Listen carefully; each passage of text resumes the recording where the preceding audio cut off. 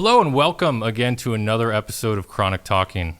I'm Mark McLean, and I'm joined as always with Dallas Taylor, also known as the Ganja Goddess, and Kadada Lindsay, also known as Kadada the God. Let's go. And before we get into our main story for today, I realized that we talked about a lot of other people in our last episode, but we really didn't talk about us. So I figured we could start today by each of us sharing our story and how we all became advocates for cannabis. Because when you first look at me, I don't exactly look like your average pothead. I can't necessarily say the same about you guys, but I actually had a customer call me Narc instead of Mark. Whoa. He thought I looked like a cop. You definitely look like someone who needed a patrol car, but it's okay. But I smoke way more weed than Q, ironically. For sure. And Q is actually way more professional than I am. So looks can actually be deceiving. The reason I don't look like a pothead is because I don't let the drug control me. I control it. And that's not all necessarily by choice at this point. I've been smoking for about 11 years now, and I've developed quite a high tolerance, which is what makes me what I like to call high functioning, because I'm able to minutely control how high I actually want or need to be. But honestly, it took me years to get to this point. And as a kid, I didn't even want to try beer, let alone smoke anything. But my lovely older sister, Marcy, she would ultimately bully me into drinking and smoking weed. But she didn't force me to do it. She wasn't like pinning me down and pouring beer down my throat or anything. She would just look at me and say, "If you don't drink this, you're a fucking pussy." Oh, okay. You know, and as a 12-year-old, you're like, I don't want to be a fucking pussy. Right. Shout out to you, Marcy. Right. Yeah, so shout out to Marcy. So fast forward to my 20s. Because I realized the other day that I was actually very much against smoking weed until I was probably 21, to be completely honest. So the earliest memory I actually have of smoking weed and enjoying it, I was about 21. So this is the earliest memory I have of actually smoking weed. So I'm sitting on the back patio of my sister's house in Cedar Lake, Indiana. And Cedar Lake is a lot like Jacksonville, Florida, but with less bugs.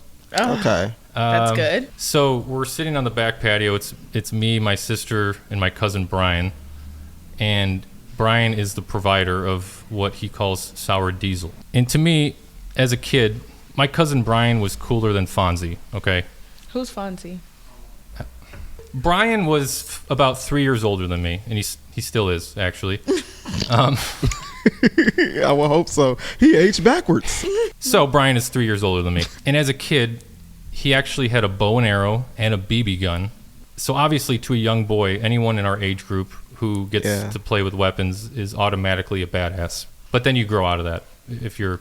Did you idolize him? A little bit. I would have too. I would have too. He had all the cool music. He had all the cool video game systems. He was more of a free kid, maybe. More of a free-spirited kid. No, his parents weren't home. Right. Well, I don't want to start criticizing my aunt and uncle, but so we're sitting around the fire pit, passing a bowl around. Brian hands it to me, and as I take a slightly moderate hit, it wasn't a huge hit, the bowl is suddenly snatched out of my hand by Brian, and it disappears into his sweatshirt because a Cedar Lake police officer is walking up behind me, and I hear, "Hey guys, sorry to bother you. We just got a noise complaint." And meanwhile, I just inhaled a bunch of smoke, but I haven't exhaled yet. So I'm sitting there with my chest puffed out, trying to just look as normal as possible. Yeah. Because somehow this guy hasn't figured out that we're actively smoking weed, quite literally in the middle of smoking weed. But he's all about this noise complaint, all right? So he's like, "The neighbors just asked if y'all could keep the music down, even though there doesn't appear to be music playing." and the smoke is starting to burn my throat, so my eyes are welling up. And then he goes, "Well, y'all have a good one," and walks away. And luckily, his sense of hearing was just as bad as the sense of smell. Yeah. Because I didn't wait very long before I let out this loud, wet, haggard cough right into Brian's face. But thinking back, there might have been a small chance that the cop got in his car and went, "Fucking stoners." And then drove off, you know, For sure. The more I think about it. But that is my first experience, my earliest memory of smoking weed. So I'm kind of curious what you guys you know. You could go first, Dallas, Absolutely. if you want. Okay. You could tell us. There you could go. tell them. So, first time smoking weed, I was 11 years old. Ooh, started before I God did. damn. Yeah. My sister invited her. She's older than me, so she invited all her, guy friends, and we was trying to have a kickback, but outside. And one of the guys, he was like, "You want to hit this?" I was like, "Yeah." So I hit it, and I got high. But that wasn't a bad experience. The next time was with a friend. I had to be about 12 now. And we were smoking outside of her building, and she was like, "My uncle is coming. Oh we my have God. to go in house. We have to sober up." Oh No. man, that's Oh, the no. worst when you have to sober up. And then the weed back then, 15 years ago, was like the best weed in the world. Like you're for sure. you're high as heck. So it wasn't coming down. But I remember she had this ice cream in her fridge, and she was like, "Please just eat the ice cream." And I'm sitting on the couch eating the ice cream, and the uncle walk in, and he smacked it in my face. Oh my God, because he knew you were high. He knew. Oh He my knew. goodness. He knew. So that was one experience. Was that a bad experience? I think it wasn't a bad experience. Were you asking me, or is that That was a question. Is that a bad experience? to have to sober up dramatically quick after smoking? Yes. Yeah. Yeah, I think that's crazy. Anytime your high is ruined, and by the way, this is very much a Ruined. thing. For those of you that don't smoke, there is this phenomenon where you can smoke a whole joint or a whole bowl or a whole bong, and if your parents or any authority figure gets in your proximity, you have this ability to just shut that off automatically if you know what's good for you. If you know what. And my sister, once again, had this phenomenal ability to do that. She was a big pain in the ass growing up, though. Well, for me, from my experience, I grew up a PK, and for those of you who don't know what a PK is, that's a preacher's kid. So I grew up playing the organ in church and playing the drums. I'm a musician as well. So you're a son of a producer preacher stuff. man, quite literally. Preacher woman. Preacher woman. Oh, yeah. okay. And she still preaches today. You can catch her on Facebook, Sunday service. But for me, I always went around because growing up where I grew up, talking shit about Indiana, but I'm from Ohio. You like, who the fuck's been there? So for me, growing up where I was from, I saw my grandpa smoking weed, my whole family smoked weed, but I grew up in like a Christian home where my mom don't smoke or drink. And my brother, Kemma, he started smoking first, and I used to go around telling everybody that I smoked for some reason, and I didn't. And I was one of those little kids, I would say some shit until I actually believe it. And one time my brother and our friends they're outside and they're all smoking. I asked my brother, I was like, "Hey, can I hit that?" I realized that I have never smoked before. I actually thought the taste of marijuana was the nastiest shit I ever tasted in my life. I was like, what the fuck is this burnt broccoli bullshit? And I just coughed so fucking hard. And then immediately, kind of like right now, because I don't smoke that much, the high kind of like engulfed into my body. And I just went in the house and I laid down because it was so heavy. Yeah. And then, mind you, they're still outside smoking. This is the beginning of the blunt. I just hit it once. Yeah. And then I went back into the kitchen and I just ran through the kitchen, ate a whole bunch of shit. And then I got on the computer, I watched some Dragon Ball Z. And then I went back upstairs, I passed out. I woke up a stoner because after that, I woke up a stoner. Wow. after that, I just started smoking with my brother. And at the time, our friend O'Neal, like all the time. But every time I smoke, I will ask for some snacks. And then I will lay down after I eat the snacks, and I'll pass out while everybody's still living life and doing their regular shit. So I didn't have a bad experience. I will say my worst experience smoking weed was one time where I got too high. I don't feel like that you can overdose and die on weed, but I feel like you can kind of like smoke too much, when you pass your capacity. So Yeah. every time I took a step, the room kept getting darker and darker and darker. That right there put me on my That ass. happened to me before. Yep. I passed the fuck out. I went hit the blind. ground. That's what I thought. I thought I went blind. Like dark. It Yeah. just got dark, and I'm like, guys, I need some water. I need some Right. water. So that was a bad experience I had too. I actually blacked out at that time. Wow. I blacked out. I hit the ground, and was you know, that my good brother picked me weed. up, and then he was like, "Yo, I don't think you can smoke anymore or anything." And I said, "Man, fuck that." What I learned though is that right there just upped my tolerance. That's interesting that you blacked out from it. Have you ever blacked out? Well, yes, actually. I think we all went through. Look at him trying to save marijuana. Guys, bad things don't happen on weed. Well, the time I blacked out actually it reminds me of my next story. So in February of 2014, I finally moved to California, where marijuana was legal, but only if you had a medical marijuana card. And in 2014, getting a medical marijuana card in California was about as hard as getting a cab in New York City. I didn't know this before moving to California. I assumed the only people getting medical cards were those who were dying and people with glaucoma. But after living in LA for a while, I noticed that the majority of my friends had medical cards, and literally none of them had anything wrong with them. I mean, aside from arrogance and narcissism. But they all said the same thing. It was easier than it should have been to get a medical marijuana card, like that I would just have to make up some sob story, like that I broke my leg when I was a kid and now it aches in the winter. Which would totally actually work still today. Yeah. Oh, it totally would work today. So I thought about it, and I have this shoulder injury from when I lifted too much weight one day doing a shoulder press. And I don't know exactly what's wrong with my shoulder because I never actually went to a doctor because I'm a man. All I know is that my shoulder rattles sometimes when I'm dancing. So I'm going to use all that as a reason to get a medical card, right? Right. So, but then on the day of my video doctor's appointment, I was working out. I was doing shoulder press. And the very last rep of my workout, I felt this hot pinch in my upper back. And I knew right away that the universe had just taught me a lesson in irony because I just tore the same muscle that I was just going to mention to the doctor. The muscle that at that point was actually okay, to be honest. But I was just going to lie and say that I was in excruciating pain, which is why you shouldn't lie. Right. So I could already start to notice my whole right shoulder is swelling up and turning red. And despite messing up my back really bad, at least now I had visible proof of the injury, which is good. Yeah, it's bad, but it's good. bad, but good.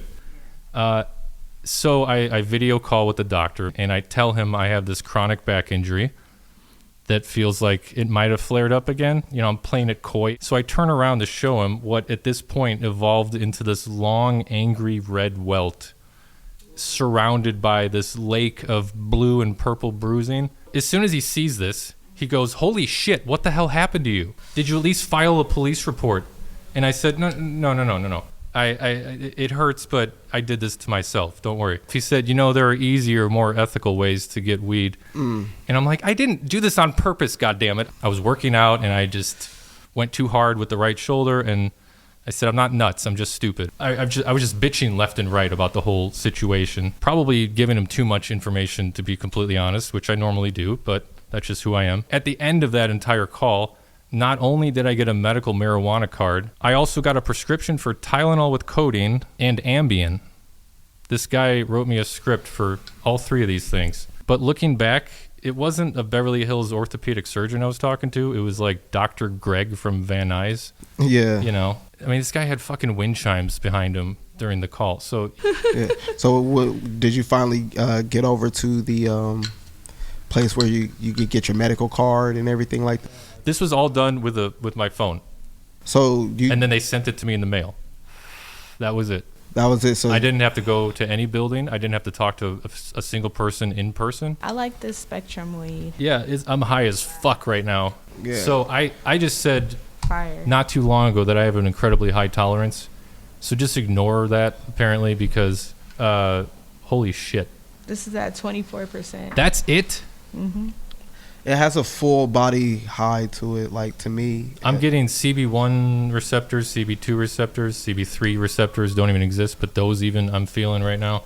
Speaking of really, really intense weed, I've got a pretty interesting story of my first I guess, my first legal purchase in California with my medical card. Yeah, how did that go? So unlike the rest of my scumbag friends who didn't have to throw themselves down the stairs to get their medical card, my first experience with smoking marijuana legally in California wasn't meant to be fun and giggly and all that. No, my only goal was to find the most aggressive indica I could find and put myself in a coma for 3 or 4 days.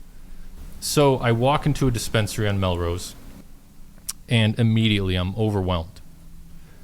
This is my first time in a legal dispensary, and I'm just blown away by how many choices there were. And mind you, this dispensary was the size of a school bus, okay? You walk in, there's a security guard behind glass. You give them your ID, and then you get buzzed into another small room, and there's one display case with like 12 different flowers and some other shit hanging behind them, and that was it. That was it. And I'm still overwhelmed. Because all I had known at this point was sour diesel that Brian gave me. Yeah. So I said, "You guys got sour diesel here?" And he says to me, Do you even know what sour diesel is? Like, "Yeah, looking Yeah. back now, what an asshole." Right? Yeah, like how do Like you if know someone what you know? If someone came into my shop and asked me like, "Oh, how much THC is in this?" and I said, "Do you even know what THC stands for?" yeah, Like I that's shouldn't be working with rude. people. I should be behind a computer in a cubicle, not working with humans, you know? Anyway, so they didn't have sour diesel. Right. So I explained to the guy that I tore a muscle in my back. I kind of went into way too much detail, just like with Dr. Greg. And he just nods as I'm talking and goes, Moon rocks.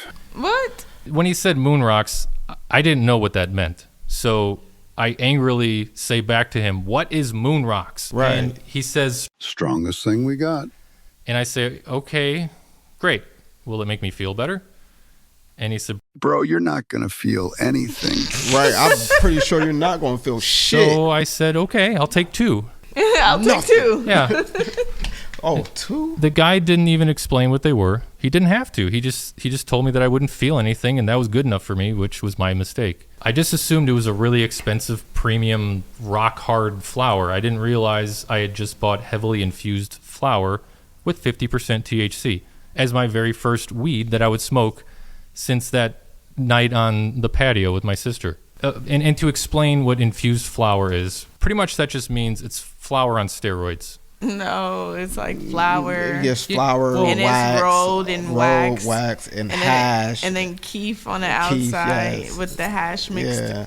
And it makes it all crumbly, and then they let it sit, and it's like a Yeah. fat nug. It's a fat 5-layer burrito, but with No, weed. literally. No, literally, with- literally, that's what it is. and they let it soak in. Yeah. And you're not supposed to smoke it straight. So yeah, I mean, moon rocks are quite literally GMO. pretty much. They add Cherry. concentrate to flour, which makes the flour essentially go from 25% to 50%. That's essentially what a Definitely. moon rock is. So I get home and I take one hit of the moon rock By itself? by itself. by itself. So I don't think it was meant to be just smoked like I did it. But no one taught me at that point how to smoke. So I get home and I take one hit of the moon rock, and then I wake up in my bed with a dinosaur-shaped chicken nugget in one hand and a plate of dinosaur-shaped chicken nuggets in the other hand. And the chicken nugget that was in my hand still had ketchup on it, which means at some point between dunking the chicken nugget and putting it in my mouth, I just passed out. Even though I don't remember cooking the chicken nuggets to begin with. But then I say to myself, do we even have dinosaur-shaped chicken nuggets here? So I'm starting to freak out. I jump out of my bed and I run to the kitchen to see most of the food that once resided in my freezer now sprawled across the entire countertop and completely thawed out. Oh my god. Oh my goodness, that's a lot. So I opened the freezer, right, to see 5 family-sized bags of dinosaur-shaped chicken nuggets next to 3 family-sized boxes of blueberry waffles and a bottle of maple syrup in the freezer. Oh my god. Not sure why I put the maple syrup in the freezer, but I'd like to think I was in control of my faculties because I'm just now realizing that while I was blacked out, I drove to the grocery store To get Yeah. to get all this shit. And the closest one from my house at this point was about 2 miles away, which doesn't sound like a lot, but in LA, that could take 45 minutes in a car. But apparently, I decided not to go to the closest one because I looked at the receipt, which was from a Vons on Laurel Canyon Boulevard, which is like 6 miles from my house. And also, what the hell am I doing on Laurel Canyon in a car at night, high as fuck? Luckily, the receipt was just for chicken nuggets and waffles, so I didn't go nuts. However, my keen observation skills revealed that the frozen maple syrup wasn't on the receipt. Did I somehow get the idea to steal a bottle of maple syrup and pay for everything else? And what was my demeanor during this whole time? Was I sneaking around, acting suspicious? Was I sleepwalking, essentially? Did I, God forbid, speak to anyone? Don't hurt me. I mean, all these things I have zero recollection of. And at this point, I'm worried about pretty much everything because what the hell happened last night? I'm worried that my car isn't parked out front, but like an ice cream truck is there instead. Right. But luckily, that was it. That was it. Nothing got damaged, at least on my car. I'm not sure if Mr. Hyde caused any property damage, but the most psychotic part of this whole thing was that I woke up feeling rested. But then I realized not only did I smoke a very intense flower, but I also apparently took an Ambien to help me sleep, and I apparently washed that down with some Tylenol with codeine. Jesus. Because man. I was in pain, and I was kind of desperate at that point, you know? Right. Yeah. And I was a It dumb, gets like young that. idiot back then. Right. I could understand the pain you was going through though. Like, ugh. But I literally thought at first that the moon rocks were the sole reason for making me black out. But looking back on it, the guy at the dispensary was right. I didn't feel anything. Yeah, your pain was gone. My pain was gone. At least You are kind of a bigger guy, so all those drugs. Right. That's a lot. That was saying. Now, if it's on me, it'd have been different. You know what I mean? Oh, yeah. I'm lucky I to would be probably alive. been in a hospital. I'm lucky to be alive. And just for the record, this was 11 years ago. And I've done a lot of growing in those 11 years. So I'm glad. I'm glad. Yeah. Got to grow from a lot of that, you know. I'd like to think I'm a lot more responsible with Yeah. mixing my own drug cocktails. But I'm also completely healed with the shoulder. Good. Like there's no That's rattling That's anymore, good. actually. You didn't have to go So, to the hospital or anything? Didn't have to go to the hospital. And I'm also not addicted to opioids as a result. See, if I would have injured myself in Indiana, I would have been prescribed oxycodone or Yeah. Oxycontin, not Tylenol with codeine, but yeah, looking back, that's why he prescribed it, because I wasn't addicted Yeah. to it when I was done. Dealing with using it. injuries can be a real like tough thing, especially on the mental too. You know, when Oh my God, yeah. I had a motorcycle accident, you know, a while back, and Oh, that's yeah. I got plates in my foot now Shit. from it, and they put me on Percocets then. And when I was taking them because it would go numb and I wouldn't feel the pain, but after a while I just really like realized I was like, I don't like the feeling that Percocet gave me. Like it felt like it don't get me wrong, being on a Percocet felt good, For you the know, pain. but for the pain. But once that pain, like after a while, like where I felt like where it was getting me high in certain stances, I didn't really like that feeling. Yeah. I said, fuck them perks. And I just had to keep smoking my weed. And that's what I just kept doing. I was like, Wow. because I did not want to be on Percocets, because I understand for everybody out there who's dealing with addiction or anything like that, you know, make sure that you find a more holistic way to solve things. Yeah. Because I didn't want to do the Percocet, so I just kept smoking so much weed. At that time, I think that's the most weed I ever smoked. Like I even had a homie who came over here give me dab hits too as Really? well. Yeah. Would you credit then most of your recovery to marijuana? Yeah, that's my point. Most of my recovery from that is just because I think what other people fail to forget is, you know, we speak a lot about the high, but we don't understand like the mental of how it can help you get through the mental stage of actually dealing with something. And I think that right there is a more powerful medicine. Yeah, you might be able to numb some things, but you could do more damage because you don't feel it. So you're just moving it any old type of way. I Right. had to learn that. It's essentially heroin in a pill form. Oh my gosh. Yeah, it is, really isn't it? Don't they say it's just a molecule away from being? Oh yeah, it's so Heroin close. or something. The molecular That structure. nod. Yeah. It's actually, I think, I don't know if Percocet is as close as Oxycontin. I heard the same thing about what is the shit? You know, syrup. You feel me? Scissorp. Yeah. Codeine is what that's called. Yeah. You know what I'm saying? So it's like I'm very familiar with that one. I didn't mix grape juice into it to make nah, it taste better. we was wild. We used to actually take codeine and rub it on a blunt. Wow. Back in the day, yo. Okay, so what I did wasn't. I ain't gonna lie. I know. I've So been what I there. did wasn't Yeah. that out of the ordinary. I was Yeah. just being Yeah. a thug, I guess. Cool. Hey man, I No. learned some of my shit. My boy Timothy, shout out to my homie Timothy. He the one who used to come over to my house and really give me the highest I ever been. That was my white friend Timothy. You know what I'm saying? He Oh, used to come okay. over with all this contraptions, open up his whole box. This dude got bongs. He got, you know, things you could hit dabs out. That's who was coming Oh, yeah. over giving me the dab Oh, hits. nice. Honestly, the highest I ever got Yeah. was not from smoking weed, but from vaping it, ironically. Same for me. It was using a volcano is what they're called. And it's basically this metal contraption where you pour the weed in, and you don't even have to use that much. But what it does is it will vaporize the weed. It will use every part of the buffalo, so to speak. It's the most efficient way to smoke weed, but also the most effective. Wow. And it fills up either a giant bag, just a giant plastic bag you could get, Yeah. or you could get a whip for it, and like you're smoking a hookah, essentially. But they're pretty expensive. They're about $500-$600 for a new one. So it Never doesn't burn seen the weed, it one that- vaporizes. It doesn't burn it, it vaporizes it. But it Wow. still decarboxylates the flower, so you're still getting that benefit. In fact, once the flower has been vaped, you can in fact use that flower for edibles once What? it's been decarbed. That sounds so cool. So after the moon rock incident, I started doing my own research about specific strains for pain relief. And then I went to a different dispensary than the one I originally went to on Melrose. One with a much friendlier and much more knowledgeable bud tender, which brings me to one of my points that I want to make, is that most bud tenders are idiots. Anytime I go into a dispensary, I'll always test them first. And I just want to make sure they actually belong there, you know? Actually, make sure they belong Yeah, there. I- So all the bud tenders watching, watch out for Mark because he's watching you to make sure Okay. that you're doing your job right. Honestly, what I do should be a job. Yeah. Hey. The same way the police have internal affairs, Yeah. bud tenders should have that too. So, you know, I would say something simple like, is Super Silver Haze good for anxiety? And if they would say, oh yeah, totally, I would say, no, actually, you poor dumb idiot. Please get a Yeah. different job before you kill someone. Because Super Silver Haze, if you know anything about weed, will throw you into a panic attack if you're even prone to them. And I know from experience. Anxiety, keep on trying me. Sing that shit, Dallas.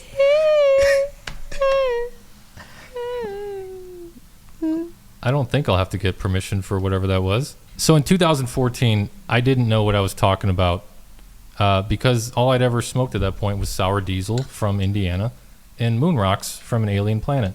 And her response was, so you're saying the porridge was too cold and then it was too hot? And I said, thank God I found a person with a brain in her head. But I was honestly lucky to find this place because she actually knew what she was talking about, which unfortunately isn't very common in dispensaries nowadays. Like I said before, you got to be very, very, very careful when it comes to putting your trust in a bud tender. And a desperate person looking for relief will do that in a heartbeat.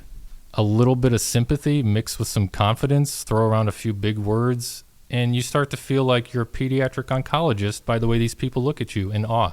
There's a psychological effect when you walk into a dispensary, when you see a bud tender behind a counter.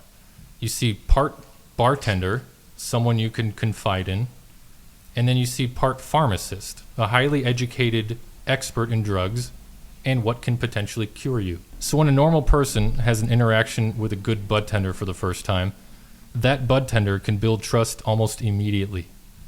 They assume you work there because you know what you're talking about.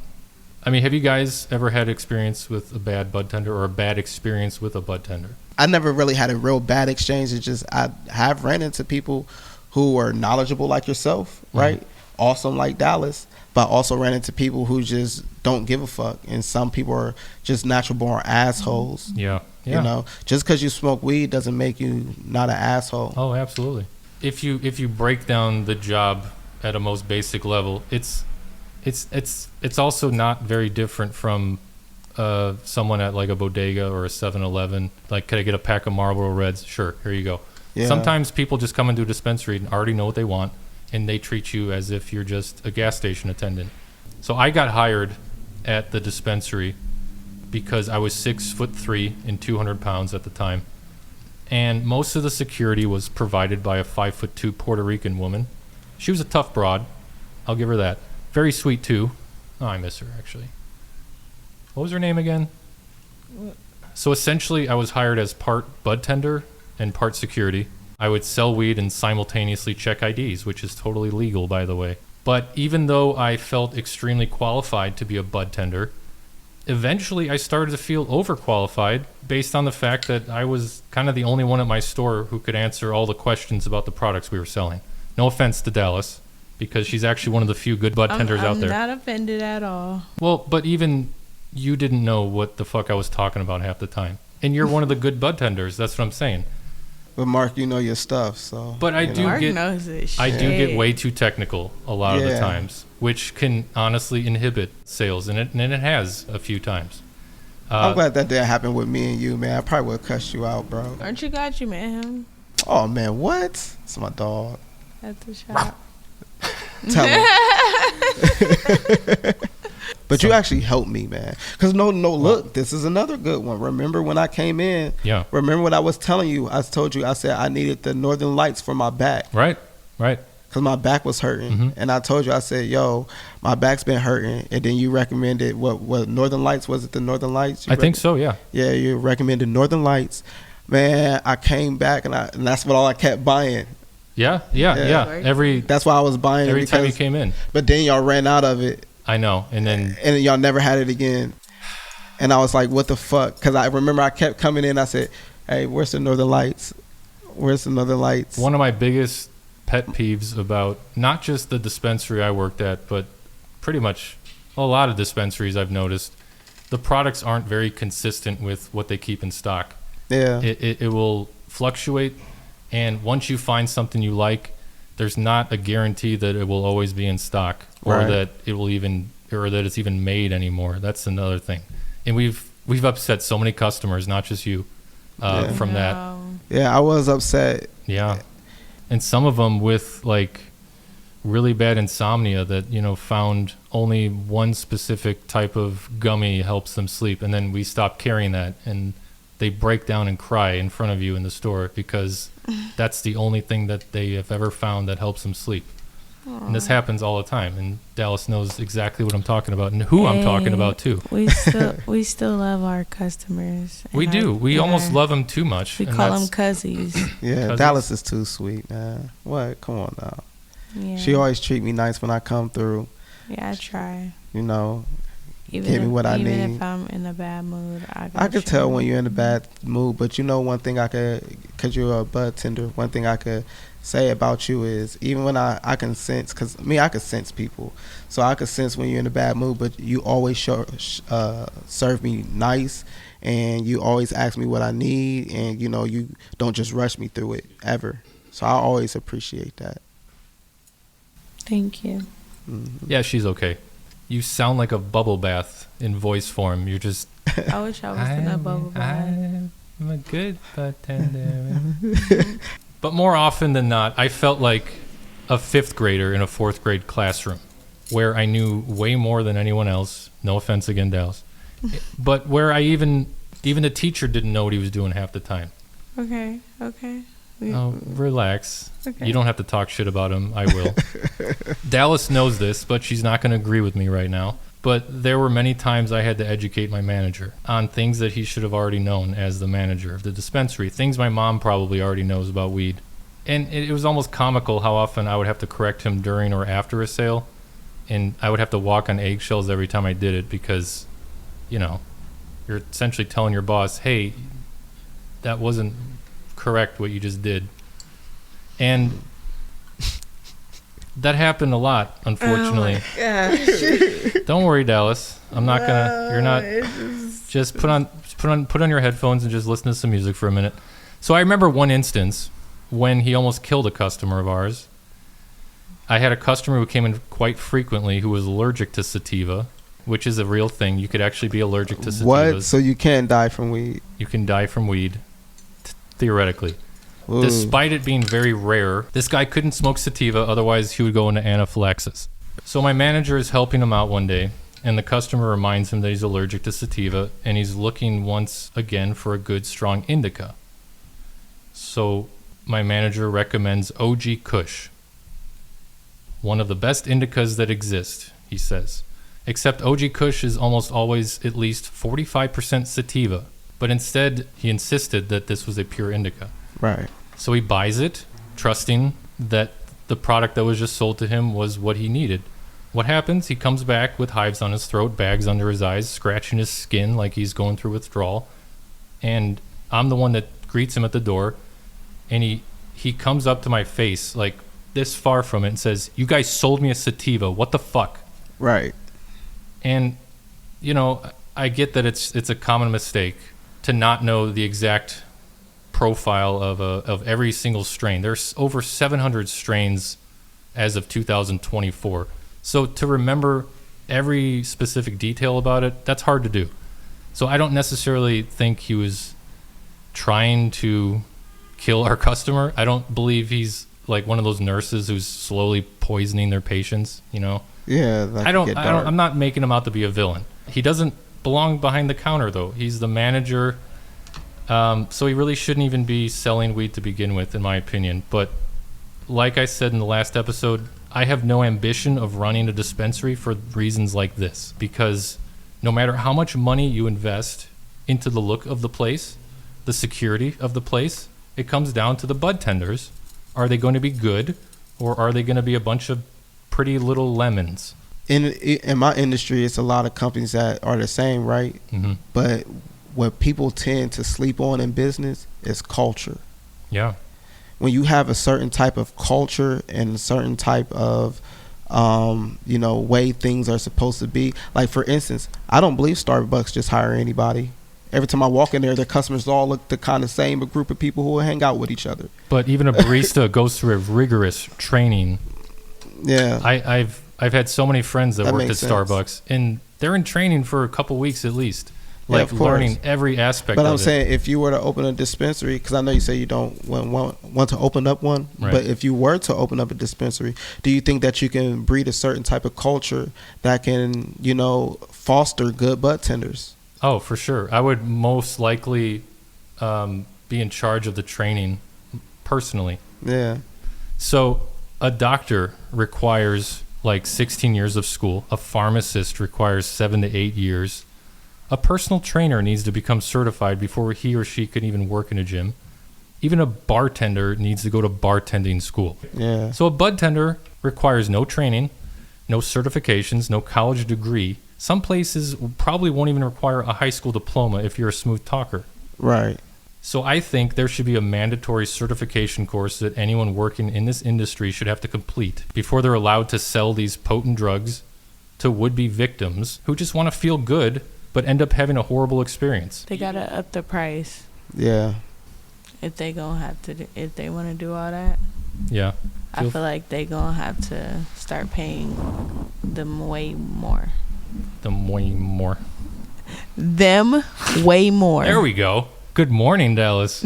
How was your nap? You can hand me my joint, brother. Okay. So even as a good budtender, I've made dumb mistakes myself, okay? I'm not As perfect. we all. I did at least 3 times that I could think of. Dallas, Yes. have you ever fucked up like majorly as a budtender that you're willing to admit?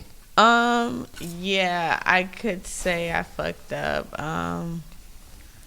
One time a guy came and I guess he traveled far to come get a certain brand. Mm-hmm.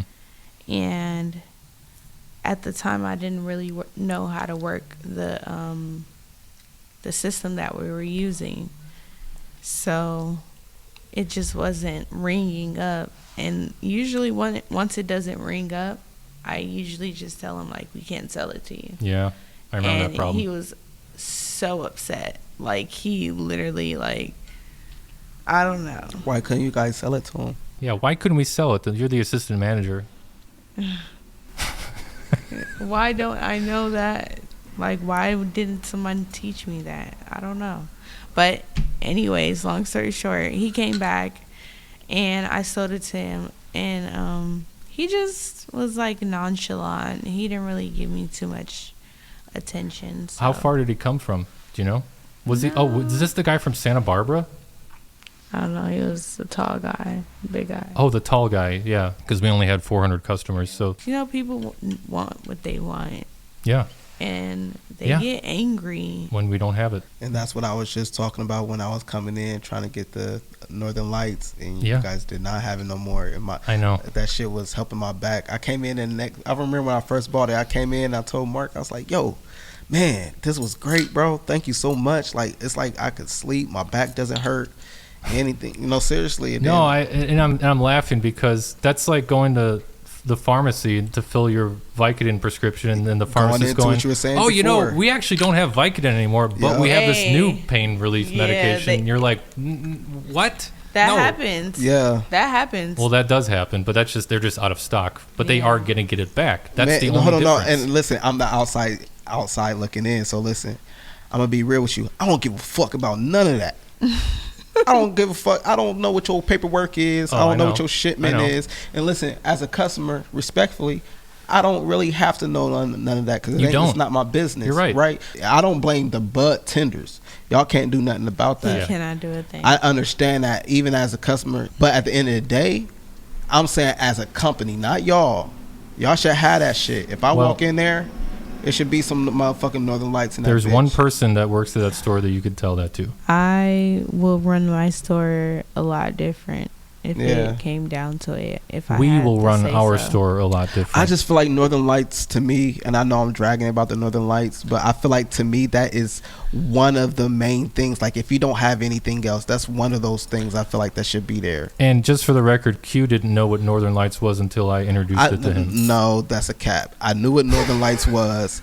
It's just when you Come on, make me look good at least. Listen, no, Give me a this break. is where I you, need this. No, this is where you do look good. Okay. I came in and I was like, "Yo, I really need something for my back." And then we was going through different things, and then I seen the Northern Lights, and then at first you recommended one thing, and but I told you I was like, "Yeah, but I be having stuff to do, and I can't, Yeah. whatever." I was like, "What about the Northern Lights?" That's when you taught me about what Northern Lights is and what Right. makes it Northern Lights. Right. And that's when I was like, "Yo, I think that would be good." And you say, actually, that will be good for your back because of this and that and that. I learned that there are essentially two different types of customers that visit a dispensary.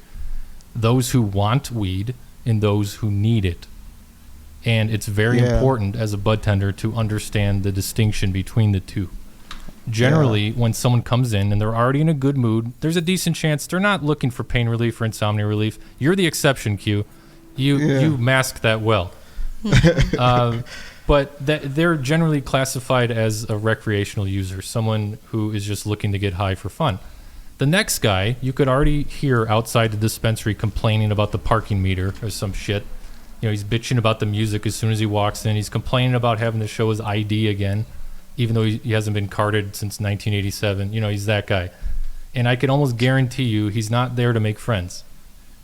I'm almost certain he's only there because something hurts. Right. So as a bud tender, those kind of customers are the ones you really got to pay attention to. Yeah. And you don't necessarily want to because they're usually impatient, they're rude, they ask a lot of questions. But if you stop to think, why are they rude? Why are they impatient? Why are they calling you a fucking retard? Right. They don't call you that. It happened to me once. You Can't just do got to remember they're in Right. an incredible amount of pain or their cat just died and they just want to forget about it. True. But it's a fine line between respect as well, Yeah. because even though I was upset about Yeah. certain things not be Right. there, I That's never customer disrespected you service. guys. You're just a better because you guys was always businessman. nice to me. That's Yeah. customer Well, service for you. You're just a good person, and unfortunately, not Yeah. all of our customers are good. You are too. Thank you. Yeah. You're okay, Dallas. But that's pretty much 75% of the customers that I had, the ones that needed weed. And, they're an asshole today, but that's probably a temporary character flaw. There's a very good chance if you help them the first time, they'll come back a second time, and you won't even recognize them because the evil demon inside them is Yeah. not there anymore, Yeah. And that's happened to me a few times Right. where I didn't even recognize the customer that came in because their hair wasn't all messed up. They weren't speaking in Latin. Their head wasn't spinning around. It was like a total transformation, and you get this overwhelming sense of satisfaction that you legitimately helped someone, Yeah. and you could demonstrably see that person is better. Yeah. It's the closest thing I could think of to feeling like a doctor who just saved a patient, but without having to go to medical school. Right.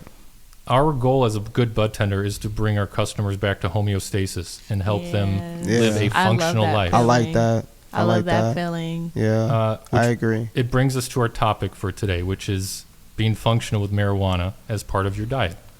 And I fall into both categories of marijuana user, recreational and medicinal, because I'm not always looking for pain relief or to calm down. You know, sometimes I just like to have fun with it, which is okay every now and then.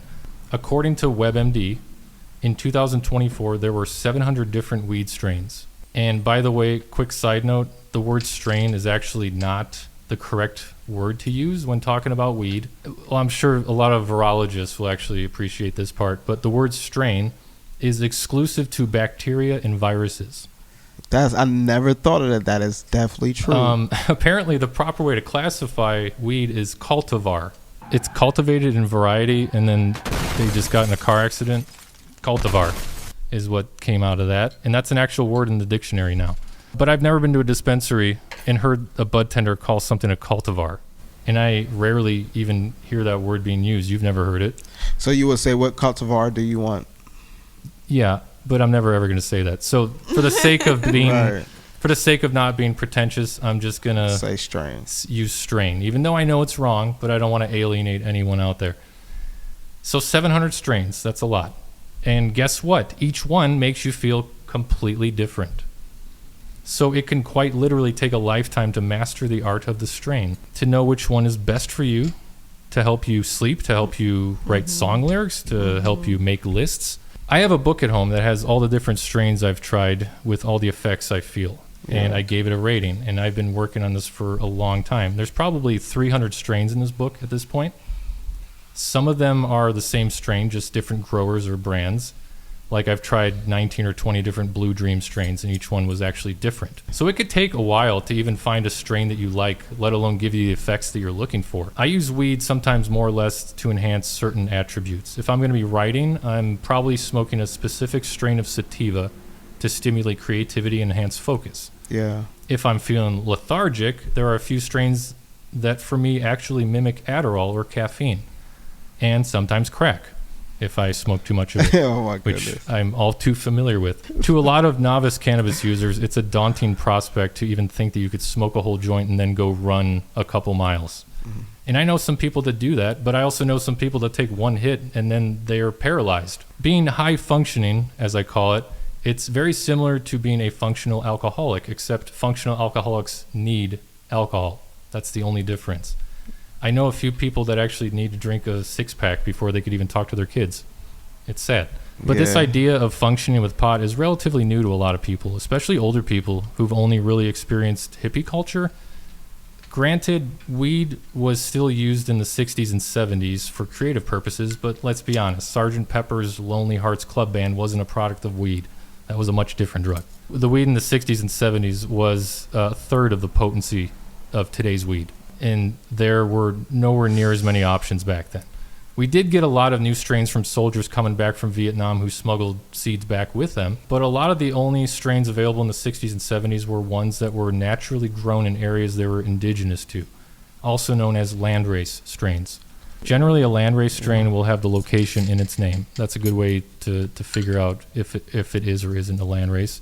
Acapulco Gold, for example, Panama Red, Durban Poison from Durban, South Africa. Most landrace strains are actually some of the best strains in the world because God created them, not some guy in a lab. They're Yeah. the most natural form of marijuana that exists. Wow. I need to try all of them. Good luck. One of the ways I use weed every day as an enhancement for functionality is when I'm working out. Really? Yeah, actually. And if Wow. you don't know if you could handle a workout while you're high, try going for a walk next time you're stoned. And if you find that the trees are attacking and laughing at you and cars seem to have to get out of your way, then I would suggest sticking to sober strength training. I would more or less stick to the CB1 receptor strains, which are generally sativas, things that put you in the right headspace to focus. And that's kind of what I normally do when I smoke weed before I work out. Sativas are generally better for that sort of thing than indicas. But unlike indicas, sativas work with what's already in your head. whether it's adding to the chaos inside or just trying to take some of it away. And that's why certain sativas can actually improve functionality for patients with ADD and autism. I do have ADD. I was diagnosed with ADD, and I do take Adderall. And I do find that certain strains actually will work in conjunction with the Adderall to help kind of take off some of the negative side effects, the jitteriness. Even some sativas can do that. If you know what you're doing. So you don't necessarily want to just stack on different strains on top of Adderall and just say, okay, this should be fun. You kind of have to do a little guess and check, and it's not always a pleasant experience. But once you get to that sweet spot of being able to tailor exactly how you want to feel using specific strains, it's nice to be able to take the edge off with still being functional. And having ADD, it's good to have the two working together sometimes and not have to feel like I'm going to have a panic attack or I'm on the verge of having one from the Adderall being too powerful that day. So weed can really help with ADD. And that'll do it for today's episode of Chronic Talking. If you liked what you saw or liked what you heard, please subscribe or like or whatever. Put on the notification bell. Yes. And put on a happy face. I'm Mark McLean, and for Kadada in Dallas, have a good one, and we'll see you next time. Bro, you're not going to feel anything